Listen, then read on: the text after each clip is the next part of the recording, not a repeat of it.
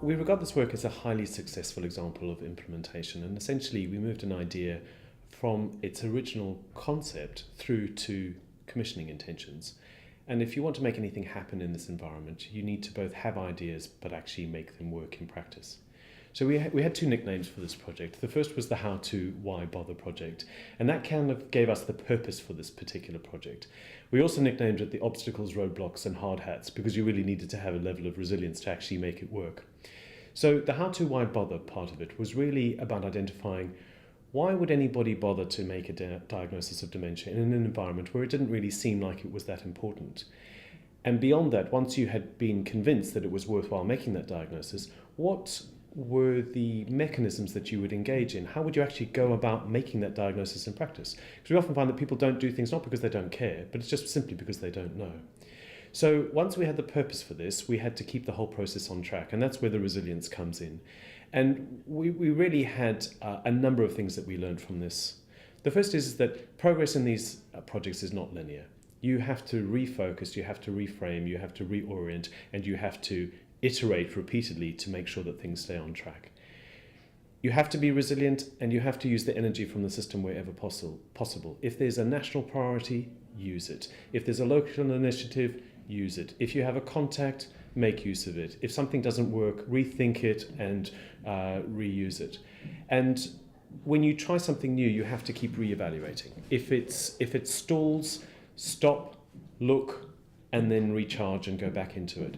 You need to be able to document your progress, because if you don't, you never know that you've actually got to the place that you intended to go to. And when you're trying to summarize it and present it for other people, to have clear documentation of what you've done makes a huge difference. It makes it so much easier.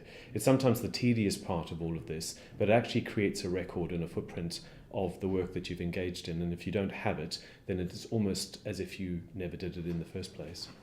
And you need to look for opportunities wherever you can, because if you don't use the opportunities to highlight your work, the opportunities for spread, you will create a little project that sits all isolated on its own and never has any long-term resilience.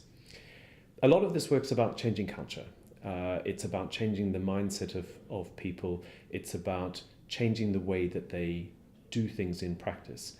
And a lot of the obstacles and resistance are created by people's resistance. They don't want to consider new work because it might be more work. They feel that a process is already working fine and they don't necessarily have to be involved in it themselves, so why bring it closer to them? Ultimately, everybody is engaged in the same business. They're engaged in trying to improve healthcare and make it more effective for individuals, families, for the community as a whole. So you can use that to engage people, and you do need to challenge some of the assumptions that are there. But to be able to do that, you really have to understand what the processes are. If you don't understand the processes, you can't challenge the assumptions effectively. You need to have the confidence to do that. You also need a certain level of authority to be able to do that. But authority comes in surprising ways, and really understanding what the environment is helps you have that authority. So for all of the projects that we're engaged in, we really do try and understand the context that people are working in.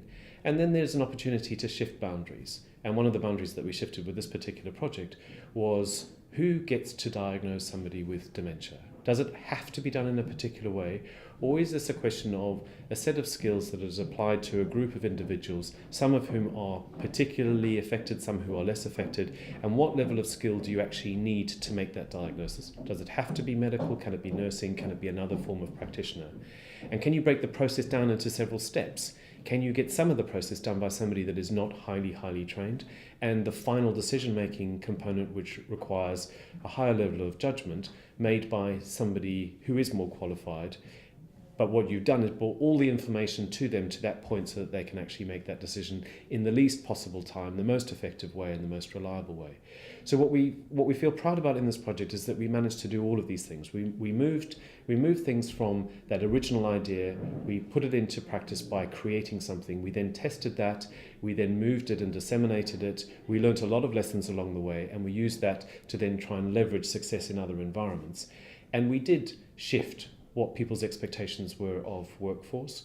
We did shift what people's expectation was of activity going on in care homes. And ultimately, we shifted people from a situation of why should we bother about doing this into a clear pathway of actually doing something and knowing how to do it.